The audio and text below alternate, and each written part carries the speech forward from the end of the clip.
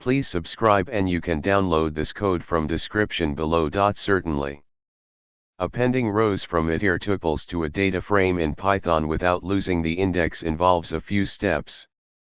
Here's a step-by-step tutorial with a code example using the pandas library. Importing libraries. Import the necessary libraries, mainly pandas for working with data frames. Creating initial data frame.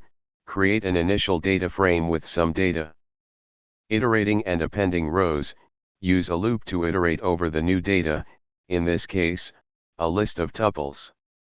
Convert each tuple to a pandas series with the same index as the original data frame and append it to the data frame using the append method.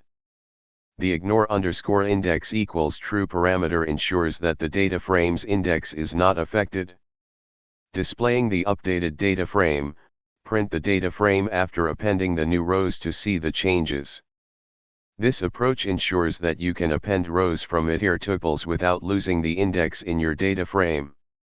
ChatGPT